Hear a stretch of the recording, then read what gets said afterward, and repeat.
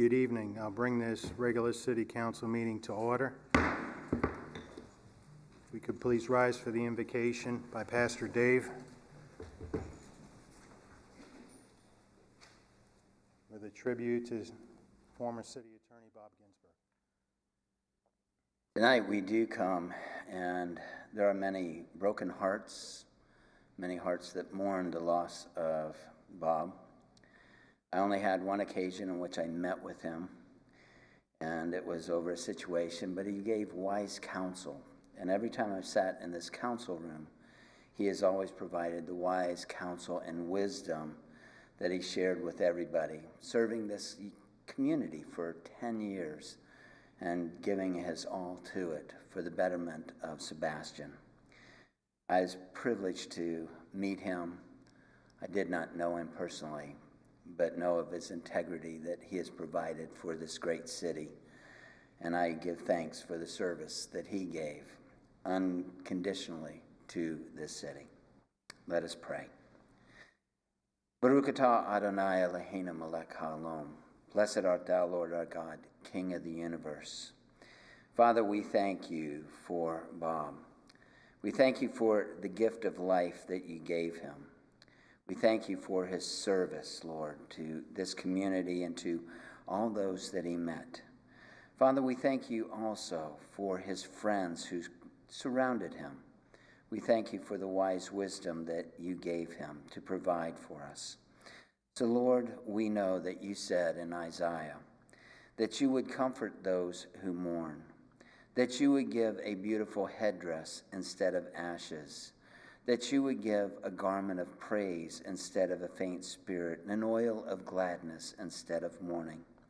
Lord, let us remember the service, the unconditional service that he gave to this community for its betterment. And we thank you, Lord, for the privilege that we had of knowing him, some as friends, some as neighbors. And for his family, Lord, we ask that you would comfort them in their time of need.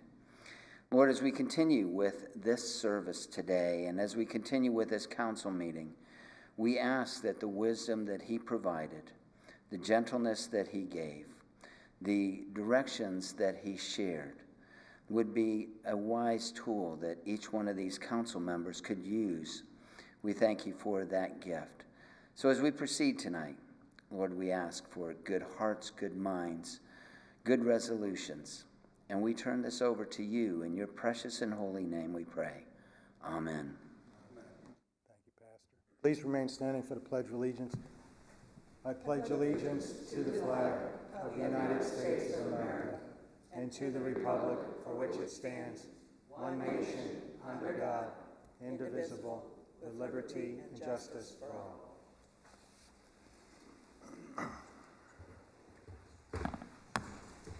Roll call, Ms. Williams. Mayor McPartlin. Here. Vice Mayor Coy. Here. Councilmember Dodd. Here. Councilmember Hill. Here. Councilmember Kitchen. Here. Thank you. Thank you. Mr. Mayor, might just add a few words about our city attorney at the very beginning? Do you have a ceremony planned? Sure, go ahead. Because, I want to thank Father Dave for his words and saying special things, but Bob was really special. And, you don't know what you got till it's gone. Remember that song? And Bob's gone now.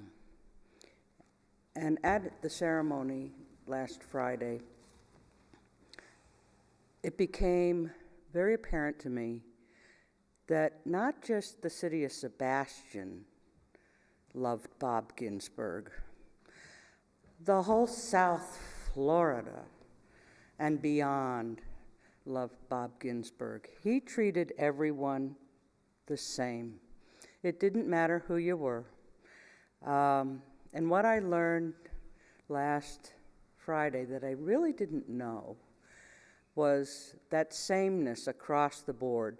When you listen to the people who came from Miami-Dade for his service, half of his attorney's office was at the ceremony for him. They drove up to participate. And when you heard them speak about their experiences, It was exactly the same thing that happened here with us and Sebastian. He treated everyone the same. He had a great sense of humor. My God, he was funny. He loved to eat. He loved food, and so did I. We did a lot of lunches. But he did that with everybody. So thank you for the extra minutes, because he truly will be missed by everybody, not just South Florida, but here in Sebastian. Thank you. And I guess if I just jump on there, Bob may be gone, but he'll never be forgotten. And he left a hell of a legacy. And he inspired many people, did a lot of great things, and he will be missed, but again, never forgotten. Any other comments on that? All right, any agenda modifications, Council? All right, leads us up to proclamations, awards, and brief announcement. September 11th is Patriot Day in Riverview Park. Celebration beginning at 8:30 in the morning. They're gone back to the morning ceremony, 8:30. 8:30 in the morning. Okay. And I just want to make an announcement as far as today. I guess the announcement came out concerning the K-9 who passed and involving the handler. And I guess the state attorney in Brevard County finished up their investigation and led to charges of animal cruelty. And now the Sebastian Police Department will be doing their own internal affairs investigation. The officer has been placed on administrative leave without pay. And other than that, I won't have any public comment on that. I will let the legal course take its action. Any other brief announcements? All right, I'll recess the City Council meeting and convene as the Community Redevelopment Agency. I'll call to order. Looking up approval of minutes from the July 26th CRA meeting. Move approval. Second. All right. Roll call, Ms. Williams. Vice Chairman Coy, Yes. Mr. Dodd, Yes. Mr. Hill, Ms. Kitchen, Yes. Chairman McPartlin. Yes, Motion carries. Thank you. thank you. Leads us up to item 7C, the facade sign and landscape program. Mr. Griffin? Yes, members, at the 26th July meeting, we were asked to bring forward the current FSL grant program application and for discussion and review, and we wanted to bring that back tonight, so we're here to try to answer any questions. All right. Council? I'm the one that I have to bring it back, so I'll start the conversation off. A large part of me, the tendency would be to try to do away with this program. I think that it was originally designed to do away with blighted signs. It's done a great job. However, after hearing the conversation at the last meeting when I asked to bring it back, I'm not going to do that because I think there's probably some support for the program on the council. What I would like to do is suggest some changes that we might consider and kind of determine whether it would be worth doing that. The first of those is in the first paragraph of the purpose of the sentence of the grant program. It specifically indicates residential or commercial property, and I honestly believe that it should be commercial only. I think that it's probably not, in my opinion, not very appropriate for the taxpayers to pay for a residential property to do things like put hurricane-proof windows in, which they could do under this grant program and could get reimbursed half the cost, up to $10,000 to do that. It's appropriate for commercial property, but I don't think that that's overly appropriate for us to pay for residential property to do that. So I would kind of like to remove the reference to residential from the original program. I'd also like to remove the Old Fishing Village theme reference. It says in the next paragraph, overlay district to achieve the Old Florida Fishing Village theme. When I was on the Planning and Zoning Commission for many years, we haggle with that. Everybody talks about it, but nobody really knows what it means. We don't have a definition of what Old Fishing Village means. And I think it's very subjective to have that in the grant program, because somebody might say, well, they didn't build Old Fishing Village, so they shouldn't get the money. And since we don't have a design guide that has been established through growth management to truly define what that means. I think it gives us a little bit of subjectivity we need to remove from the grant program a little bit out of there. Also, in the eligibility requirements section, it makes a reference to the fact that grant money cannot be used for code violations that cannot be remedied by the grant assistance. I think it's a little bit, there's a little bit of ambiguity there as to whether someone could use grant money to alleviate a code problem, to include a code fine. So I'd like to specifically think that it might, or discuss with the attorney that reviews this, that it might be worth putting something there that says they can't use this grant money to pay code enforcement fines that might be applied, because they may take the grant money, use part of that to pay the fines, and then alleviate the problem, and we pay part of their code fines, which I don't think that we should be doing. And then the last thing on this is, well, not necessarily the last thing, but there's a couple of references in here to the committee that's been disbanded, and that needs to be changed to the community development staff, where it basically says, this is on page 16 of 273. Number 3, it says the FSL committee will review it. I think that should be changed to growth management or community development, whatever you want to name, whatever the name on that is. And then that the city manager, instead of the committee, will forward it to the council for approval. You know, that's kind of alleviates that, takes that out. And then section 6, which references people being able to come back and ask for additional funds. The one thing that it doesn't do is say that they can't ask for funds to do the same fix more than once. And I don't think we should pay for a sign twice. So if they've used the grant program to replace a sign and they come back and ask for money to replace a sign 3 years later, I don't think that's something we should do. But if they haven't used their $15,000 and they come back and ask for money to do things like change a porch facade or something, then I think that's appropriate up to that amount. So I believe there needs to be some language in that section that kind of says that people are not going to replace signs. I believe we may have actually done that a couple of times where we've given money twice to do signs replacements. Yes. And I think that's not something we should be doing. I know the last grant that we approved was a rebranding of a facility that probably was mandated by the franchise, you know, and we're granting money to do that. I'm not so sure that's something we ought to do either, to grant money to do that kind of stuff. But so I would like to tighten it up. I seriously do think that we've done a great job through this grant program the city has in fixing the blighted signs, which is what it originally started out to do, but in fixing the blighted signs on Indian River Drive and US 1. I think now it's being used by business owners to do changes that aren't really blighted, and we're giving them money to fix non-blighted things. And I'm not sure that that's something we should be thinking about doing. So it might be a couple of years from now, if we wait through the cycle, that we should reconsider it. But I do think that we need to be careful that we're not giving people money to do things to a business that aren't really needed, they just want to do, and it's not needed to cure blight. Okay, so that's my points on it. Mr. Mayor? Yes. No, I would tend to agree with just about everything you said there. I think this is a very important program for our CRA.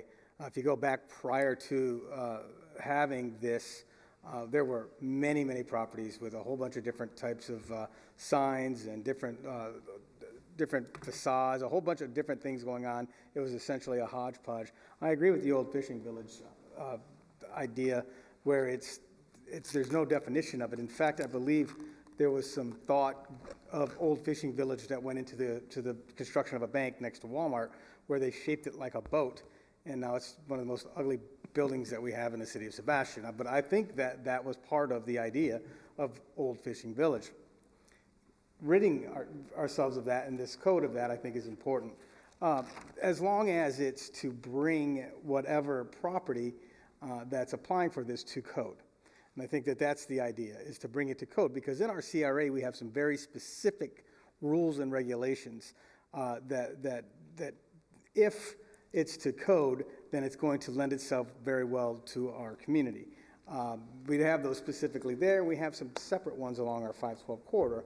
But in the CRA specifically where this is in place, I think as long as it comes to code, I think then it should reference something in there. And I think that was one of the big issues that we had with the committee that was in place. There was a lot of sort of ambiguity. Well, that's the code, but I would like it if it was a little bit more like this. Or I would like it if, and there wasn't some, some rules in place. It was sort of the whim of those at the meeting that determined whether or not you would receive grants. One of the questions I have for the city manager is, has the funds been depleted in this grant every year? No, sir. Okay, so do the funds continue to roll over year after year? What is the current balance in the CRA? 76,000. And what do we generally put toward it? 30,000? What's the number we normally put? 30 to 40, depending. $30,000 to $40,000. I think one of the things we could also do in here that I think would be wise is to cap the total amount that fund can have. So the funds, say, for instance, if we cap that at $80,000, for instance, then the fund has $80,000 in it, $20,000 gets depleted, then the next year's CRA budget would only require $20,000 versus the $40,000 that would go into it, freeing up some more money for some other essential projects that we may have down there. All in all, I think it's a great program. I would hate to see it go. It wasn't in place. It had actually been eliminated at one point, and then we brought it back, I think, in 2008. And we did that because it was a very popular program, and I think that it's one that has really done a lot of good down there. But we want to make sure that we tighten everything up, as you said, and I think it would benefit us greatly to look at these types of things periodically, to clean stuff up like the references to the committee. And then also, I get exactly what you're saying about replacing a sign. However, I would suggest this. If you have a sign that someone purchased through the CRA, and then another company were to purchase that and change it, there would be expenses to changing the actual wording on the sign. So we want to be careful to make sure that if they were to apply for a grant, they could potentially just get new panels or whatever it may be. So I'm certainly welcome to all of the suggestions you had, and I think they're very good. All right. Any other comment on the changes that Mr. Dodd recommended? Good comments, and I agree with Councilmember Hill on a lot of his issues. I just want to touch on that last one you talked about, changing out the panel.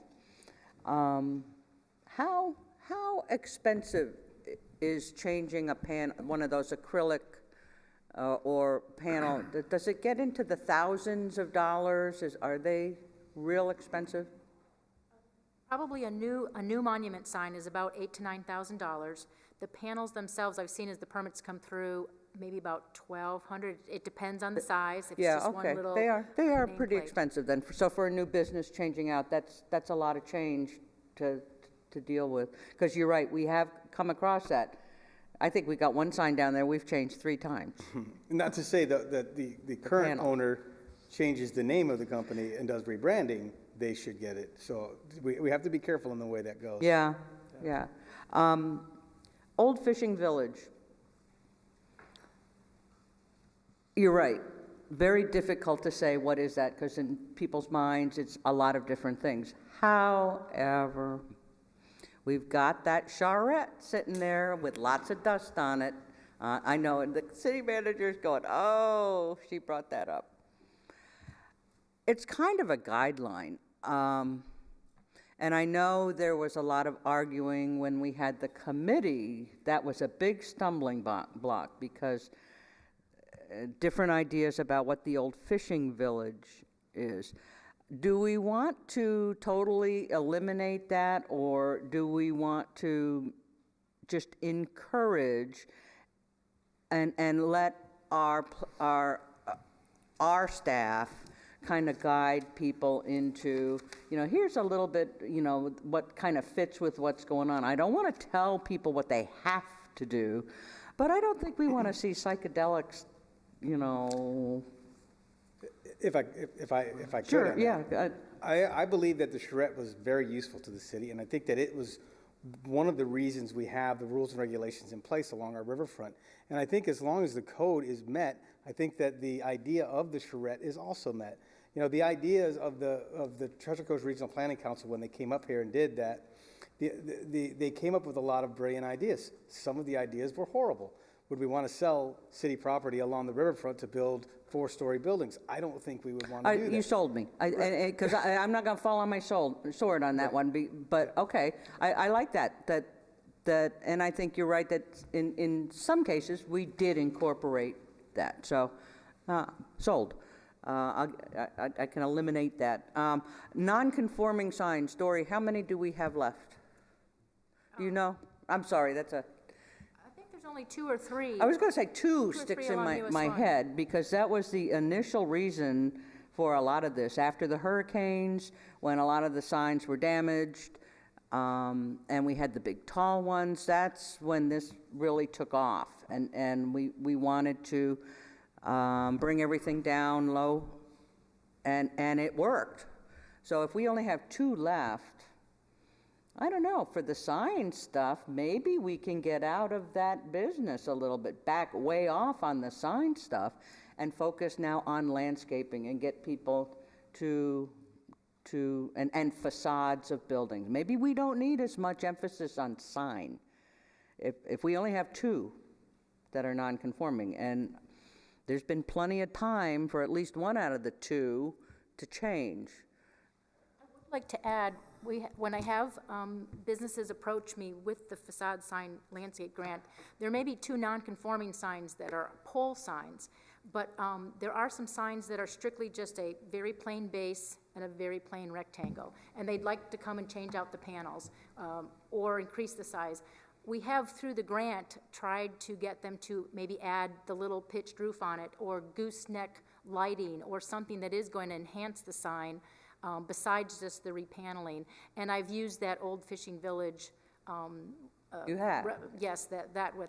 And I did want to mention that it is not only in the grant, but there is the old fishing village theme is mentioned a few times throughout the pages of the overlay district codes. It does have some prohibited architecture and things that are not within the fishing village theme. So it is also mentioned in our code.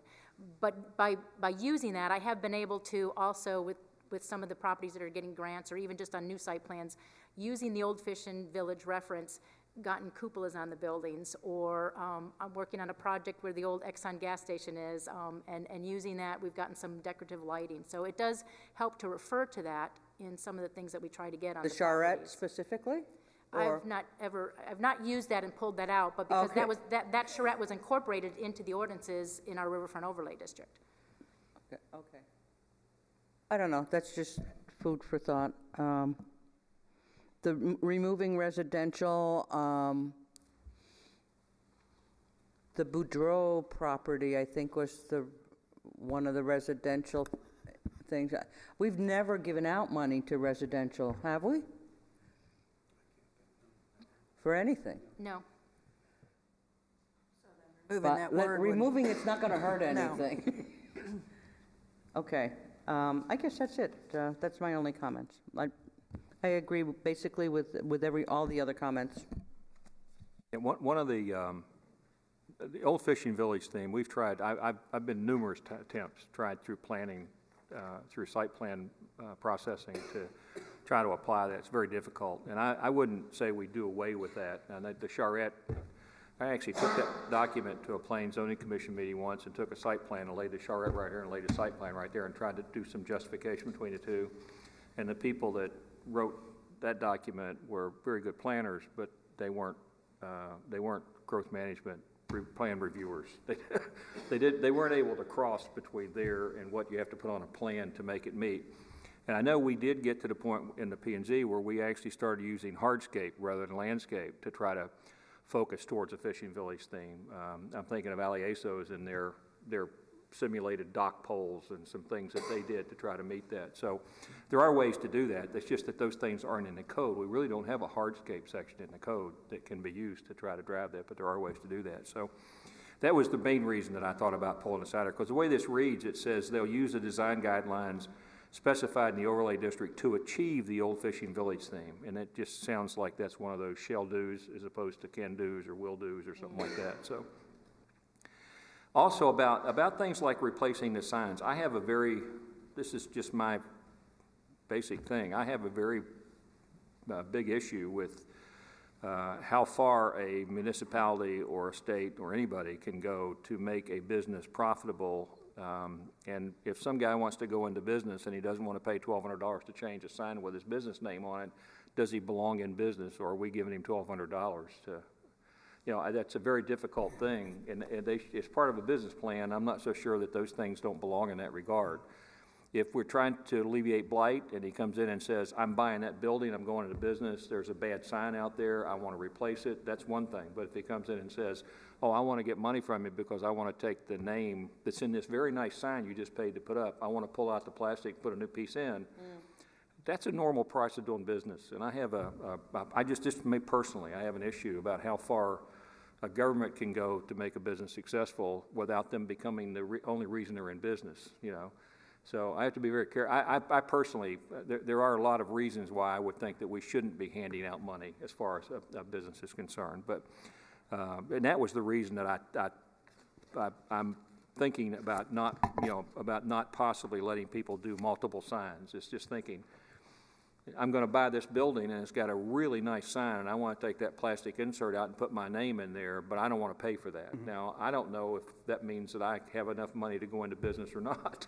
You know? Yeah, I think though, I think that if you don't mind, I'm sorry. The idea behind the FSL grant is that we have specifically and for purpose made it more expensive to do business in the CRA. It is more expensive to do business down there, whether it be the rent or the requirements that we have in order to get a CO for a new business. So it's more expensive to do business there because of the signage and because of the landscape requirements and those types of things. So I understand what you're saying, but in order for a business to start up, it's more expensive to do it in the CRA than it would be in another area of the city that also has an overlay, that also has certain requirements along the 512 corridor. You know, we require new things along there as well. So it's not quite as stringent as it is in the CRA. So that's where, you know, it's like, all right, yeah, I agree with you. But maybe someone who's starting a business down Barber Street, they don't have to get a sign up right away. They don't have to put their piece of plastic sign in the plaza, the little placard in the plaza thing, and so they're saving that few $100s until they start generating some funds. But in the CRA, they're required to replace a large piece of plastic, and so it's just the idea of, you know, that initial expense is more expensive in the CRA. And we're not actually paying for the entire sign, it's a 50-50 match. You know, we're helping them get started in their business. No, I understand that. And I know that there's a limit of $15,000 for a piece of property, so they can't ask for more than that at any time for anything like that. And I understand that, yeah. Yeah, so, okay, I'm fine. All right, so everybody seems fine. You got the changes down that Mr. Dodd had made? The one I just wanted to clarify was that it currently isn't specifically under the eligible improvements. We are going to allow sign refacing, based on your discussion, that to add that as that would be an eligible improvement. I would suggest that we don't change anything in there to add that. But I would do it on a case by case. If staff is already, without that requirement being in there, already bringing forward to this board those requests, then we can make those judgments at that time as to whether or not we want to go forward with it. Two that we have were the Hirams and the Best Western. Those have been the only two refacing. They have been recent, and we have brought them to you to make that decision. But if it is requested, we should bring those to you then. Okay. And I would suggest looking at, if you don't mind, I would suggest looking at, you know, the history of grant usage to determine a potential cap on that fund. And it could be perpetual, so it could be capped at $80,000. But if it's only 20,000 used one year, or 35,000 used one year, we don't necessarily fill it all the way back up. But we don't need to continue funding something that's just sitting there getting bigger and bigger. Okay, so you have the changes that Mr. Dodd had recommended? Okay, I'll move approval of this with the recommended changes that Mr. Dodd made. Second. All right, anybody from the public wish to talk about the FSL grant program? Any further council discussion? Roll call, Ms. Williams. Mr. Dodd? Yes. Mr. Hill? Yes. Ms. Kitchen? Yes. Chairman McPartlin? Yes. Vice Chairman Coy? Yes. Motion carries. Thank you. Real quick question. The motion was to approve Mr. Dodd's suggested changes. I actually suggested the cap. Does that motion include that suggestion of the capping of that fund? Yes, I thought, So that was included in the motion too? I'm asking that. well, okay, Make the that would motion. be. Let's make cover all another bases. I recommend you make that as a separate motion. Thank Yeah, you. I- I make a recommendation. I make a motion to direct staff to develop a cap based upon previous year's usage of the grant fund going forward. Second. All right. Anyone from the public wish to speak about the cap on the FSL grant? Any further council discussion? Roll call, Ms. Williams. Mr. Hill. Yes. Ms. Kitchen. Yes. Chairman McPartlin. Yes. Vice Chairman Coy. Yes. Mr. Dodd. Yes. Motion carries. Thank you. Said yes twice. I'll adjourn the Community Redevelopment Agency meeting and reconvene as the City Council. Leads us up to item 9, our consent agenda. Move to approve. Second? Roll call, Ms. Williams. Councilmember Kitchen. Yes. Mayor McPartlin. Yes. Vice Mayor Coy. Yes. Councilmember Dodd. Yes. Councilmember Hill. Yes. Motion carries. Thank you. Thank you. All right, leads us up to committee reports and appointments. Council, anybody have anything to report? I do. I went to the Beach and Shoreline Preservation Committee meeting on Monday, and they told us that 2017 has 7,959 active turtle nests. It is the highest that we have had in over 5 years. Wow. Also, they are having a International Coastal Cleanup Day on September 16th from 9 to 11 at the Wabasso Causeway Park, if anyone wants to attend. All right, thank you. Any other committee reports? All right, leads us up to public hearings. I'll open the hearing. This is for the second reading and public hearing, ordinance number O-17-03, the police pension. Ms. Vandervoort. This is ordinance O-17-03, an ordinance of the City of Sebastian, Florida, amending Chapter 58, Law Enforcement, Article 3, Police Officers Retirement System of the Code of Ordinances of the City of Sebastian, amending Section 58-46, definitions, amending Section 58-48, Board of Trustees, amending Section 58-50, contributions, amending Section 58-51, benefit amounts and eligibility, amending Section 58-55, operational forms of benefits, optional forms of benefits, adding Section 58-70.1, military service prior to employment, adding Section 58-70.2, prior police service, adding Section 58-70.3, deferred retirement option plan, adding Section 58-70.4, reemployment after retirement, providing for codification, providing for severability of provisions, repealing all ordinances in conflict herewith, and providing for an effective date. Second reading. All right, thank you, Mr. Griffin. Do you have a presentation regarding this matter? Or? We're recommending approval, sir. All right, thank you. I move approval. All right. Second. All right, does anyone from the public wish to speak on the police pension changes? All right, I'll close the hearing. Any further council discussion on this matter? Roll call, Ms. Williams. Mayor McPartlin. Yes. Vice Mayor Coy. Yes. Councilmember Dodd. Yes. Councilmember Hill. Yes. Councilmember Kitchen. Yes. Motion carries. Thank you. Thank you. Leads us up to item 12, unfinished business. Authorize the city manager to sell 48 2014 Yamaha golf carts to U-Gate store and execute appropriate documents. Mr. Griffin. Yes, sir. In June, council authorized the city manager to enter into an agreement for 80 new club car golf carts for the golf course. That transaction meant that we would get rid of or trade in 46 golf carts. We have had a buyer come forward and want to buy the 40 remaining golf carts we have on the property for a lump sum. This would further reduce the balloon that we have on golf carts, and we would increase our proceeds, a betterment of over $18,000. So we are recommending that council authorize the city manager to sell those 48 golf carts. All right. I'll move approval for the city manager to sell the remaining 48 golf carts. Second. Anyone from the public wish to speak on this matter? Well, all I have to say is, Randy, you did a fantastic job on unloading some of the other golf carts and getting us a better than average price without flooding the market, because of course that would be dropping the price, but you did an outstanding job, and thank you. All right, any further council discussion? Roll call, Ms. Weems.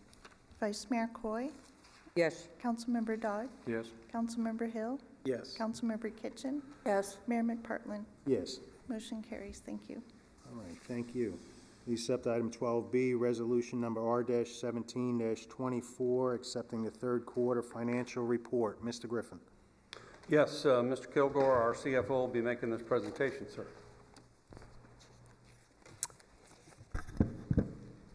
Okay, the resolution reports budget changes that were made during the quarter ending June 30th of 2017. Gave you the normal graphs of financial data and some budget and actual comparisons. We include a report on our project statuses and a report on the reserves. This was reviewed in more detail back on August 14th, and the Budget Committee did approve passing that on to the City Council. I'd be glad to share more detail or answer any questions. Any questions for Mr. Kilgore? Yeah, Ken, there's a couple of items in here where you're actually closing some projects finally, which is a good thing, that have dollars associated with them. And I'm assuming those are positive dollars, that the projects actually came in under budget. And are those dollars being freed up now into the 17-18 five-year plan for additional projects, or how are we dealing with those funds? I hope to provide a report with the first budget hearing at September 18th of which projects we feel like can be canceled and reappropriated. Okay. If you look at the grand totals, you could be deceived because we do have those monies reserved for the lagoon. We have monies for the sewer to septic program. Those show as balances in this grand total, so I'd caution against that. But there are some other projects that maybe have $30,000, $40,000 that I want to report it, at that meeting in September, that yes, we've decided those aren't going to be spent and can be reappropriated. Okay. So I'd also caution you, sir, to be aware that most of those projects aren't funded by general fund. Yes, I understand. I'm more worried about the five-year plan right now than I think the general fund. You guys have done a good job of getting a handle on the general fund. That's the five-year plan. That's the big one now that I'm thinking about. And it looks to me like there's possibly a couple $100,000 here that you freed up, especially in discretionary sales tax dollars. Yes. That you freed up to be able to go into next year's budget to possibly do some more stuff like maybe more street work or more sidewalk work or some things like that. Okay. All right. Thank you. Any other questions for Mr. Kilgore? All right. I move approval of resolution number R-17-24. Second. All right. Anyone from the public wish to speak on this matter? All right, and again, I love seeing this budget update, and I just want to emphasize on page 102 in our agenda there is the community service volunteers for our department. Almost 2,500 hours that they gave, which is basically the equivalent of 5 full-time officers, and they do an outstanding job in everything that they do. All right, roll call, Ms. Williams. Councilmember Dodd, Yes. Councilmember Hill, Yes. Councilmember Kitchen, Yes. Mayor McPartlin, Yes. Vice Mayor Coy. Yes. Motion carries. Thank you. All right, thank you. Leads us up to item C, award the golf course restaurant concession lease agreement to Wesley Campbell and authorize the city manager to execute appropriate documents. Mr. Griffin. Yes, sir. In the spring, council authorized the city manager to issue an RFP requesting proposals for a restaurateur at the golf course clubhouse building. When that RFP closed, we had 2 respondents, Mr. Campbell and Mr. Hepler from Pelican Diner. The selection committee interviewed both candidates. After the interview, they scored the results, and Mr. Campbell was the high scorer. Brought in Mr. Campbell, the selection committee brought in Mr. Campbell for an interview subsequent to the scoring, and negotiated the attached lease. So we are recommending approval of the attached lease. Mr. Mayor, I move approval.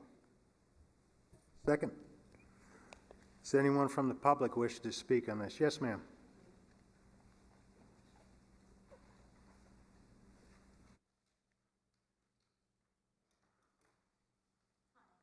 Hello, if you just state your name and where you live for the record, ma'am. Sure. My name is Lorraine Durkis, and I live at 933 Oswego Avenue in Sebastian. So this past weekend, I was reading through the information in the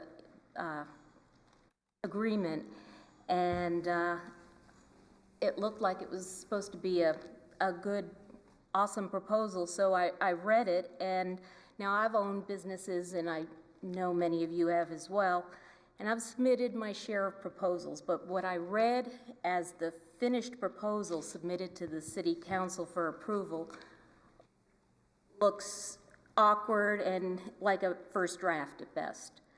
Whole sections of the proposal are either blank or they're incomplete sentences that need information, things like the following companies are our direct competitors,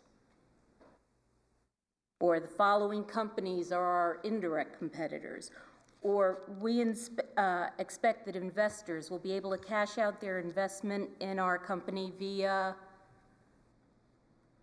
we expect to achieve this goal by 2027. And information that is provided is kind of suspect. Under success factors, the proposal touts our products and or services are superior to our competitors because own and operate Mo Bay Grill restaurant over 12 years. So if they've been that successful, why was there a bankruptcy in 2011? And the proposed menu is cute, but it's 6 wings for $10 and a happy hour price for a draft beer, $5 in Sebastian at the golf course. Good luck. And when you get down to the numbers, they made absolutely no sense. In one place in the proposal, it says year 1 revenue of $844,274 with a net income of $789,041.10. And according to those numbers, it's only going to cost $55,232.90 to run the business for a year. But then further in the proposal, yearly sales are estimated at $789,041.10 with a net income of $97,841.10. But if you look at those numbers a little bit closer, it's assuming 50,000 customers with an average check of $16. Now, the population of Sebastian is only 21,929. The population of Vero is 15,220. So if every single man, woman, child in both Sebastian and Vero patronize the establishment and spend an average of $16 each, you're only looking at a net annual income of $27,980.25. But we have many visitors every year. That's true, but do you think you're going to get every single man, woman, and child, Sebastian and Vero, and 12,851 visitors to this location, which is clearly off the beaten path? But of course, there's going to be repeat customers, but with those kind of prices, I wonder how many of them there will actually be. So, you know, we highly recommend approval of this agreement. I don't buy it. Thank you. All right, thank you, ma'am. Anyone else from the public wish to speak on this lease agreement?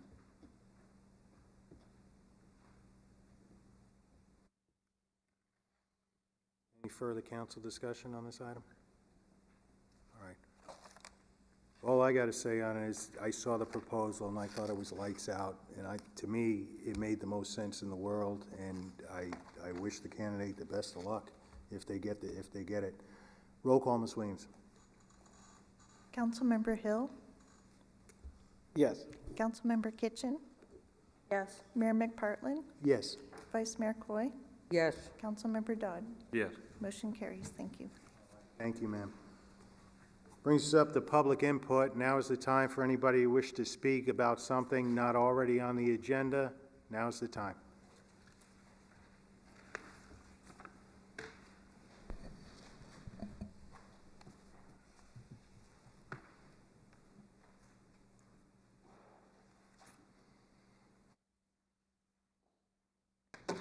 Good evening, Ben Hawker, City of Sebastian. Good evening.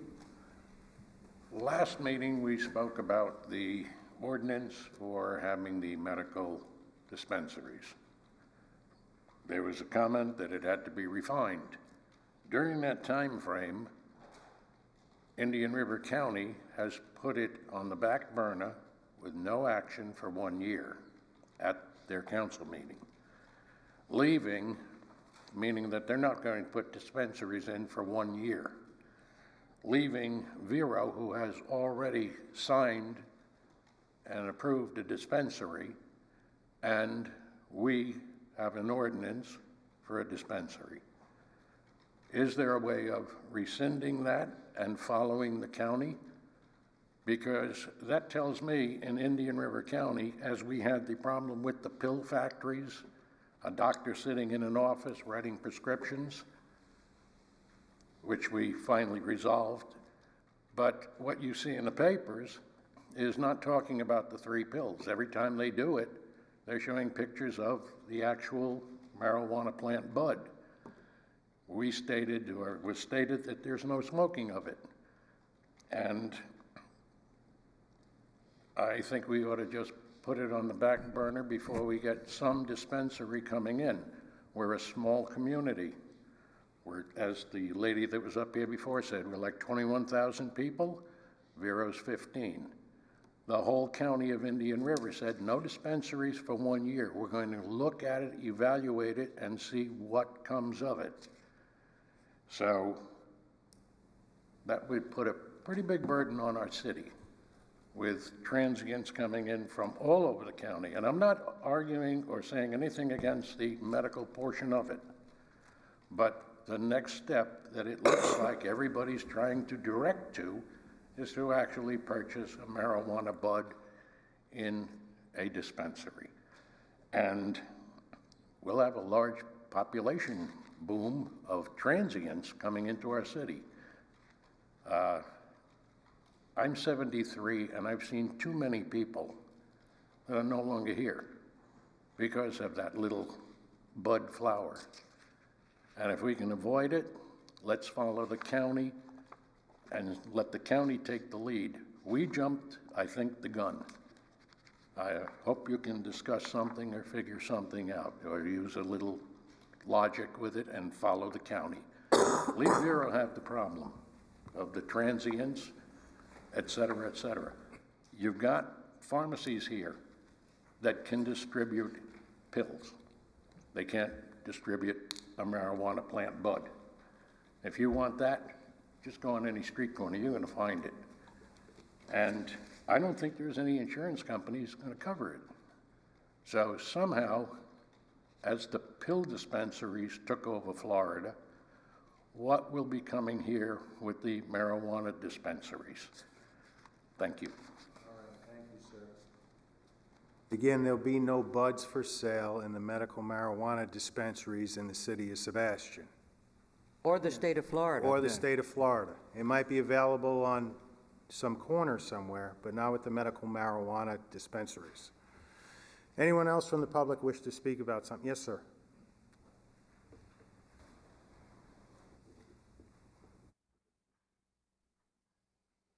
Dixon Lot. It's in reference to number 2 Calamondon Street, Sebastian, Florida.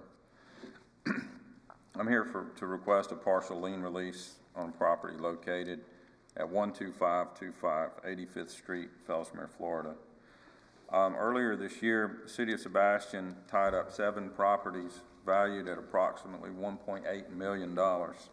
This was due to the owner disregarding a notice of a stop work order on a mobile home valued at $40,000 at number 2 Calamondon Street, Sebastian. We're looking to have the property above listed removed from the blanket lien. We currently have a contract on the property in Fellsmere that had been scheduled to close on August 14th. I have attached the contract and title commitment here. The buyer has been very patient. We feel if we lose our buyer, an injustice will have occurred. When the property closes, we'll have the financial ability to remedy the situation to satisfy the City of Sebastian.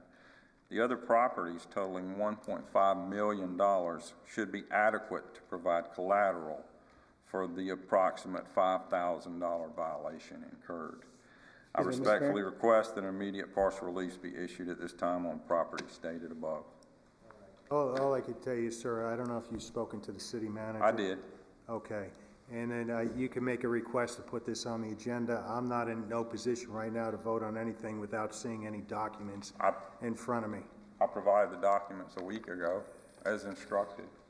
The documents that were provided had no addressee, and they weren't signed to anybody. In effect, they were anonymous. You never signed them. So I just got this packet, a blank piece of paper, no signature on it, no printed name on it. I'm not going to put something like that on the agenda. All the contracts had names, title commitments, everything had names. And the cover sheet had it was anonymous. Well, you can laugh all you want, but I'm not going to put something in front of this council that comes from someone who's anonymous. It's just not going to happen. Now, if council tonight directs me to put this on the agenda, obviously I'll do it. All I can say is discuss it with the city manager and see if he's going to put it on the agenda. But again, this board's not going to vote on something without having the backup information.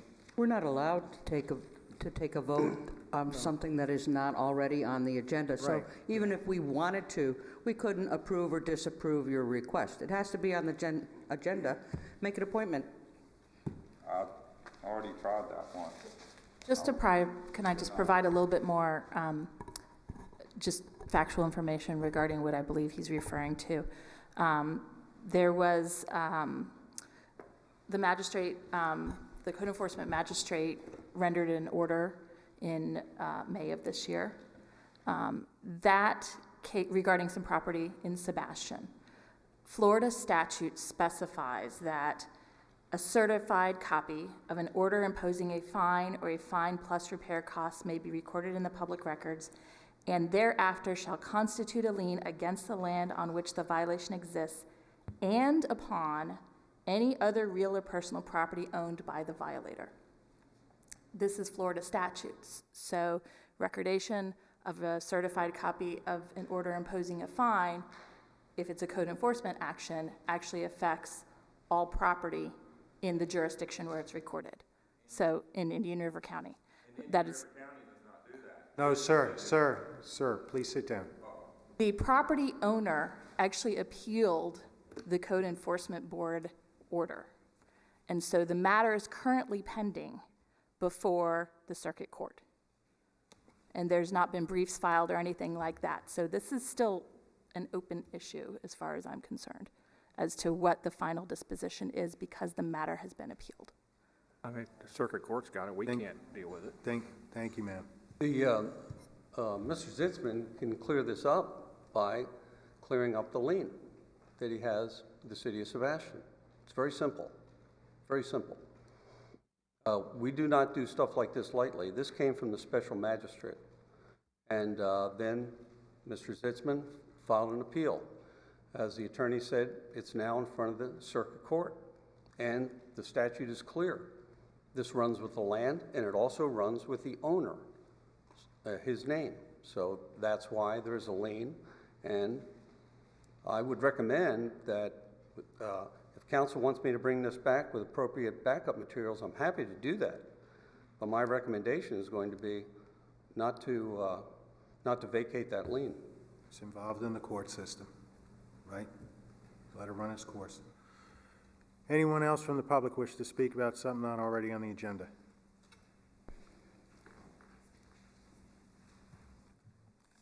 All right, that brings us up to new business. Consider options and direct staff to fill the city attorney position. Mr. Griffin. Yes, sir. With the passing of our city attorney, Bob Ginsberg, there's obviously a vacancy in the city attorney's office. I included this agenda transmittal to try to start the conversation for council to direct staff as to how they wish us to proceed in the selection of another city attorney. I provided some options as far as public search conducted internally or externally, per your pleasure. As I said, I'd like to just start this conversation and have you direct staff as to how you want me to proceed. Mr. Mayor? Yes. Going through these options, I think that in looking at this, I think it's clear that we're not in a situation to appoint an attorney this evening, especially not having spoke to any attorneys on the list. So I'm thinking that's completely out. You know, this is very difficult because of the situation that we're dealing with, but we have to make sure that we get this thing right. We're not going to have a Bob Ginsberg dropped in our laps again. We were very lucky and blessed to have had him for the last 10 years. That's not going to be the case again. I think the discussion we need to have is whether or not we decide to go with a full-time city attorney or we go with a part-time city attorney. And I'm open to either one of those, and I have some discussion on that. And then, how do we go about acquiring that attorney? I think that the situation we have right now is a situation that can get us through to where we need to be. So I'm not sure exactly what the contractual situation is with the attorney we have here tonight, but I would like to see that continue until we have this resolved, whether it be hiring a full-time or a part-time. And by part-time, I mean as needed. And I think that for a city like this, it's needed quite a bit. So wherever we go with it, I think that I'd like to keep the same situation we have until we get it resolved. Personally, I believe that we need to do we need to do a great job of getting this done. I'm inclined to hiring a professional firm to go forward and do a search for us. And I think that has to be done, but we have to decide first whether we want a full-time attorney at the city or we want to try to find something like we did with Bob. And it won't be easy to do. It won't be easy to get an attorney to come to the city of Sebastian. What did the attorney's office cost us last year? $80,000? We budget $100,000. So we will be hard pressed to get someone to come to the city of Sebastian for $100,000. Now there may be full time. I think there's no chance of getting someone to come here, but we would be hard pressed to get someone to move here on a part-time basis with the qualifications that we had with Bob. We may be able to find someone local in Indian River County, Vero Beach, Sebastian. We just have to go forward with the knowledge that we're not going to be as lucky as we were with the last situation that we had. That's just not possible. So with that, my recommendation is to discuss. I'm curious to hear from y'all what you think about the attorney situation. I'm inclined to say keep things on a as-needed part-time basis, but I'm also inclined to try to do that through a professional hiring firm. Mr. Mayor, I agree with that. I would like to see us go ahead and have the city manager make a slightly different agreement with our current attorney. I think we have to, the charter requires that we have a city attorney, so we probably have to do an agreement that identifies her as the interim city attorney, or some word that makes it not necessarily, right now I think that the agreement does not satisfy what the charter requires that we do. I may be wrong about that, but. We have I don't mean to interrupt, we have a engagement letter. Yes. That's the extent of it. Yeah, so I think what we need to do is to develop some form of a structure that makes sure the charter is satisfied from a legal perspective, that appoints our current assistant attorney, what do we want to call her, that appoints her on an interim basis. And then I agree with the part-time. I don't think that Sebastian needs a full-time attorney. I don't think that from our budget perspective, I'm not sure that we're a large enough budgeted city to afford the overall cost to a full-time attorney and an associate, which the full-time attorney is going to want, not an associate attorney, but a legal secretary that is not inexpensive in themselves. And the stuff that's required, all the benefits that are structured around that, I do think that we need to structure a part-time agreement with someone that gives us some indication of what kind of services we're going to have. I'd hate for our city manager to have an emergency, I think at 4 o'clock in the afternoon, to find out that our part-time attorney's in Denver doing a deposition in his private law firm and can't talk to him, so we'd have to have some agreement that protects that. I think the current staff can try local. I mean, I tend to agree. If we were talking about a full-time attorney, that we might want to go with a professional search team. But if we're talking about trying to find somebody, we'll never replace Bob Ginsberg, but if we're talking to try to find someone that's in his predicament, retired, interested in continuing to work, enjoys the job, loves the interaction with people, we might be able to find someone local, maybe another attorney locally, or maybe a retired attorney locally. And I would hate to rule out anything in that regard, but I do think our current staff can do some local advertising. If we don't get a hit, we're still covered. We have an attorney who's covering our services. I've been very satisfied with her service. I think she's done a good job, so I'm not concerned that we're going to have a void in the legal issues that we've got. And if it takes us 2 months, it takes us 2 months. It takes us 3. We may decide after 6 weeks or so that we can't find anybody, and we then have to go out to a national search firm and try to do more than that. But I agree with what you're saying. I would tend to believe personally that a part-time attorney can do the work that we need with the appropriate agreement about what that means. And I think we're covered right now. We just have to rearrange the agreement that we've got to make sure it fits the charter's requirement that we have a city attorney. Mr. Mayor? Yes. I actually forgot one of the other things. I think there is a 5 to this. I think there are firms out there that we could hire to represent us, where if there were someone that was across country or something like that, they would have other staff in place. Now, I believe that gets quite expensive. I think the school board I don't know if they're still doing it that way, but that's an incredibly expensive way to go about it, and I wouldn't recommend it, but that is just an option that should be up for discussion.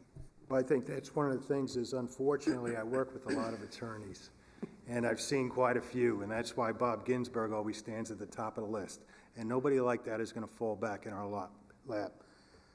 Ms. Vandervoort, I think, has done a very good job as is. Now, of course, you got to look at, does she want to take on the part-time basis? Does she want to do that?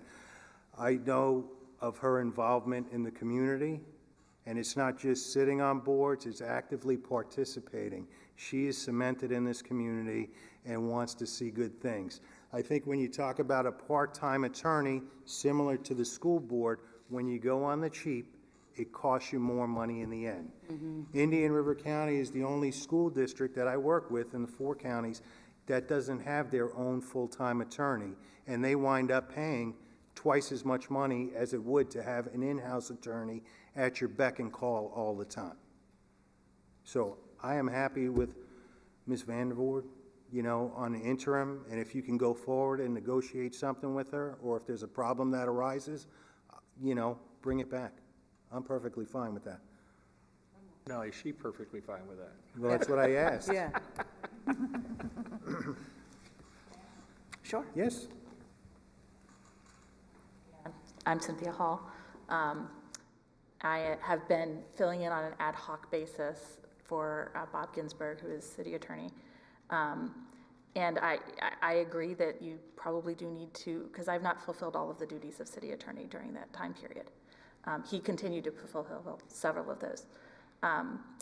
But I am a business personally, as far as my interest level. Yes, I am interested in continuing or being interim city attorney. Again, personally, I own a law firm in town, and which I have made certain arrangements that is a legacy of a law firm that's existed for many years in this town. And I'm not interested in closing that law firm. So as far as my interest level would be, it would be serving, if the city council so chose, which again, you are not in a position to do at this point, but I would not personally be interested in a full-time position with benefits and what have you, because again, I have an existing business in town that I would hate to, that employs many Sebastian residents and would have no interest in closing. Okay? Does that answer your questions? Help me a little. And if you'd like to ask me other questions, I'd be happy to answer Well, them. you're interested in serving on a continued part-time basis? I am. Okay. And potentially That's- in applying as a law firm on a more permanent basis if I'm found to be qualified. All right. I do have another question. So far, in the few months that you have been serving in this capacity, have you found that part-time is sufficient to do the job? Well, I will say, having never been a city attorney and still having never been a city attorney, it's hard for me to tell because, again, I was not fulfilling all of the duties that the charter officer fulfilled. But some of the more visible duties, the ones that and the way the contract currently is worded is that I am filling in at the request of the city manager on an as-needed basis. So again, I'm not fulfilling the full duties of the charter officer. So it's hard for me to tell. So I'm sorry that's not a more sufficient answer for you, but as far as the meetings and things like that, and potentially reviewing contracts and things like that, that typically might be entirely doable on a part-time basis. But if there are more responsibilities that perhaps I'm not aware of, I have a question. then it's hard for me to tell. So if in fact you were interested in the position and you found and you researched it and you realized that you had the available time to give that you felt that you could give to the city to provide us the services that the part-time attorney would require, then you would engage yourself in applying through the search process that we're talking about. Absolutely. Okay, Again, I'll need to see how that works out. Of course. On basis of the interim basis. I don't want to be waffling here or anything like that, but it's hard for me to predict the future, having not done that. And so I don't want to make a commitment, but I'm interested is what I'm saying. And so, but I don't want to say, oh yeah, I'm going to apply, and then with the scope of the position is one that I don't think is appropriate for my own professional development, for the health of my law firm, for my family and such, if that makes sense. Okay. Thank you. Thank you, ma'am. So, I would say, Mr. Griffin, if you could go forward and see if you can work something out with Ms. Van Voort and bring it back to us. I mean, is there a problem with that? I do have a interim, problem you're with talking that. about. On the interim basis. As an interim. Yes. Yes. Yeah, as the interim attorney. As an interim. Yeah, and then I would suggest that maybe at the next meeting, he brings back a definition of what he sees a part-time attorney providing him services. So maybe we can get a feel for that.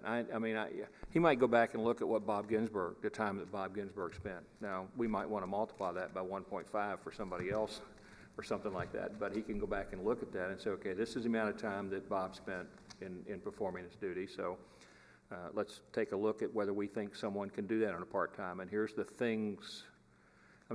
There's certain contractual things that they provide to the city manager. Even though the city attorney works for the council, they're actually the city manager's attorney as well. So he takes more of their time than we do when it comes to things like agenda items and leases and contracts and things like that. The five of us might talk to an attorney 20 minutes a week or something like that, maybe, just to ask questions about things. But he takes most of the time. Maybe he can come back with a definition, and then City that attorney can be is a charter used by officer. other people especially attorneys, and that may be part of the overall application process. Is, okay, here's the things that we were looking for a part-time person to do. Do you think you can do this part-time? Right, but I think in the interim, I think that the process that the city's going to have to go forward with is going to be a bit arduous. So within the next couple of weeks, I think he could have that definition for us, what Bob did and everything. But before then, I would make a motion to have the city attorney go forward with the current attorney and work out an agreement where she could stay on as our interim. Yes, I'll second city that. attorney, and to direct staff to conduct a public search for a part-time city attorney. I'll second that motion. I have a quick question. I'm just curious because we didn't ask the city manager what he would like to have. Are you comfortable with part-time position, or would you rather have a full-time? Yes, I think as what's been discussed here and expressed, that the city, the size, and the budget requirements, I believe that we need a part-time attorney. So I'm hearing two things tonight, and I know there's a motion on the table, so I don't want to mess that up, but I just want to get this straight, that the city manager would engage with Ms. Vandervoorde Hall about a interim agreement for her to conduct city attorney matters on an interim basis until we conduct a search. Does the current agreement fill that bill, or do we need to write something new? I mean, we have an agreement. We have an engagement letter, yes, ma'am. I think the wording needs to be changed. I think Mr. Dodd is correct by using the interim title, that we need to do that, and so the charter is complied with. So tweak it. We can tweak it a little bit, and I'll bring that back to you on the meeting on September 13th. In our search previously, 10 years ago, when we were looking for a new attorney, we advertised and we did it ourselves. We did. And I'm trying to remember how many, do you recall how many applicants there were? I know for city manager there was like 90-something. I don't even think Joe wasn't even here. I was here, yes, sir. You were here when Mr. Ginsburg was sir. hired? Yeah, okay, so Okay, at so the, it was next meeting. But he was already here. It was doable, though. He's always it here? was doable. It was He's out doable. at the airport, though. No, I mean, Bob Ginsburg was already here. He was, at the time, he was our special magistrate. That's correct. So, He was I the mean, special magistrate. he had already worked with the staff. He knew Correct. the staff. So, Right. yeah. Yes. I mean, it's, So I'm hearing two things, this agreement with Ms. Hall about the interim status, and then number two, I'm hearing that we are to conduct an internal public search for a part-time city attorney. Is that correct? Yes, that sounds Okay. good. that's what the All motion right, that's good. Internal public search, the cheap one. Right, Through got a human number here. resources, Right. not through an outside firm. right, Right, exactly. okay, Got that, Cindy? all right. Anyone from the public wish to speak on this matter? Yes, sir.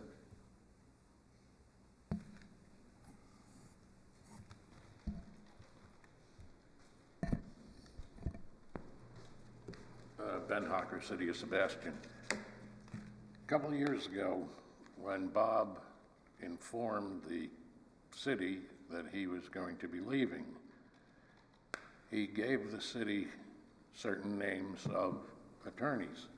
I don't remember the names, I'm not sure. I think Al Minner was the city manager at that time, which would have then just taken Bob leaving the position of the attorney and his recommendation as a replacement for the city to decide. You might want to look at those names. I don't have a very good memory for names, but I do recall, because I was new to the city at that time, and the attorney had said, I've got names, I've been doing a search, and these are the people that would be able to take care of the needs of the city. That occurred at a council meeting. When, 2 years or 3 years, I'm not sure. But it might be easier than going for a search if it was the people that Bob had recommended, if they're still interested or around. Thank you. All right, thank you, sir. Anyone else from the public wish to speak on this matter? I guess the only thing I think of, Mr. Griffin, all those attorneys that came up from Miami and they got to see our beautiful Yeah, waterfront, some of them might be interested in coming for the position. But again, I'm extremely happy with Ms. Vandervoort. Send it down there to the district attorney's office in Miami-Dade, or not the district attorney, the attorney's county, office. the county To Bob's attorney. old office, maybe. All right. But I'm happy with who we have, by the way. I Yes. think we have, All right. I'm glad We got- she's interested. We get a motion and a second. Any further discussion? Roll call, Ms. Williams. Councilmember Kitchen, Yes. Mayor McPartlin, Yes. Vice Mayor Coy, Yes. Councilmember Dodd, Yes. Councilmember Hill. Yes. Motion carries. Thank you. Thank you. Ms. Vandervoort, you have anything else for us tonight?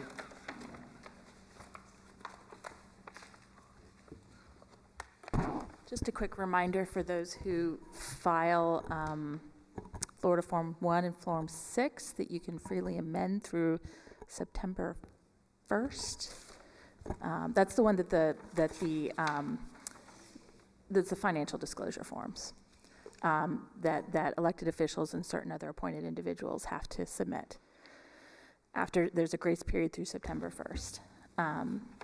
The other thing is that I actually made a statement at the last city council meeting regarding the last item on the agenda regarding the benefits, and that said, oh, you have to vote on that matter. And after the meeting, I immediately thought, is that really true? And I actually went back and researched it, and that was incorrect. There's no harm in having voted on it, but it does appear to clearly, this is something that no one pointed out to me. I just had second thoughts about it afterwards. So I'm a big believer in correcting your mistakes or going back and making sure that the advice you give is correct. And I was a little quick on the gun, and I apologize. So thank you for your patience, though, with me. All right, thank you. Anything further? No? Mr. Griffin? When in doubt, take a vote, I guess. It doesn't hurt. I have one thing.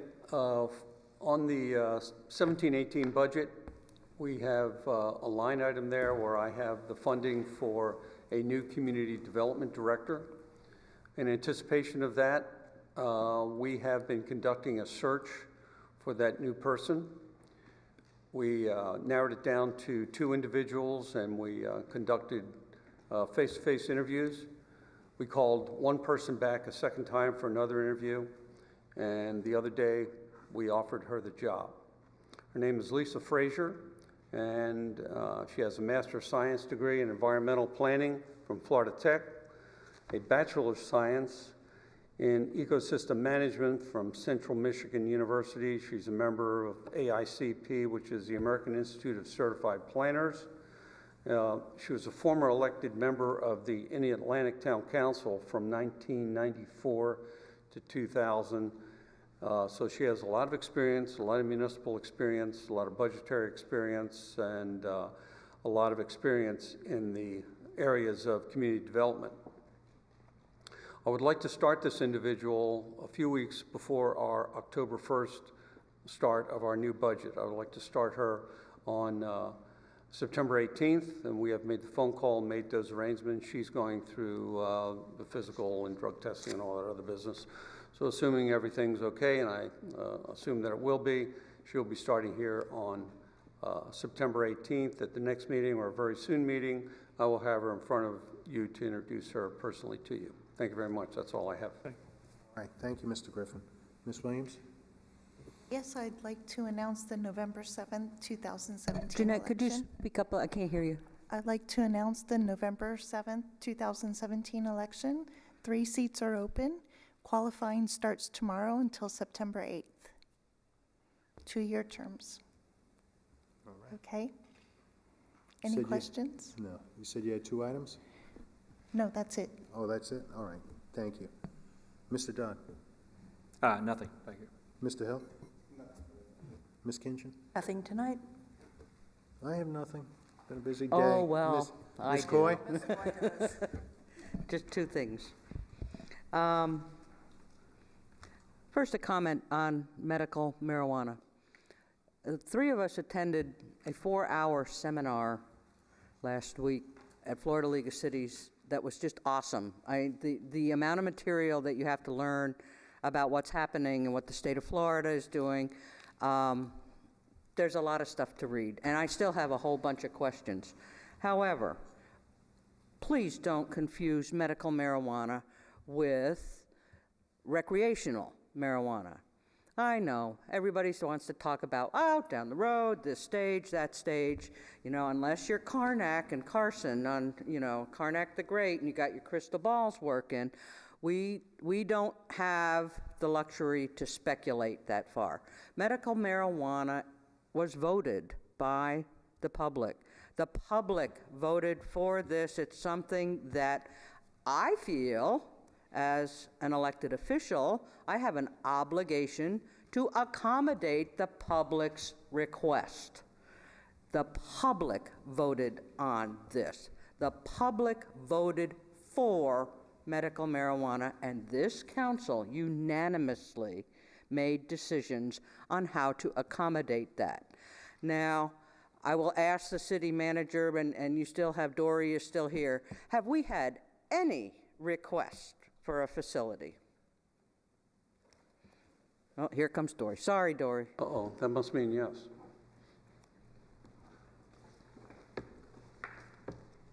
I have had some due diligence calls, but I'll say about 3 or 4, a couple of specific locations. When it was after we had already passed our ordinance. At the time, we had it as a conditional use. But they have been directed to the Department of Health as where they need to get their licensing before they would even be able to come in here and work through that. We do have to modify our ordinance a little bit. It's no longer going to be a conditional use based on the new state Senate bill, which we'll bring before you in the near future. But yes, I have had a Right, few. those modifiers are very minor tweaks that we have to make to our current regulation. And I don't see this council, I haven't seen any indication from this council that we're going to tweak it other than what's required by law. Is that, can I? That's my opinion. Anybody? Okay, so that's where we're at. And oh, by the way, on a very, very regular basis, the problem right now is, and it's very, very sad, we have people out there who really are qualified for use in the product. People with Parkinson's disease and serious cancer patients in terminal pain who could benefit from this. And so I find it really, really, we're just not going to blindly say, no, we're not going to do it. No, we need more time. There's one dispensary that will happen in Vero Beach. There are doctors, there's paperwork up the yin-yang and licensing. So we're doing the best we can, and we're doing it by the law and the people's will. That's item number 1. Item number 2. This one's short. As an elected public official, I feel the need to comment on events of late. And I just want to make my position very, very, very clear. There is no room whatsoever for racism, bigotry, and hatred in the city of Sebastian. None whatsoever. And if you're thinking about, no, I don't even want to go there. I just want to make it really clear. The KKK and Nazis and parades and hatred, it's not welcome here in our city. And I hope the citizens of Sebastian make that clear in their everyday conversations with people, if it should come up. You know, it's one of those things, if you see something, say something. Thank you, Mr. Mayor, for indulging me this evening. Right, thank you, ma'am.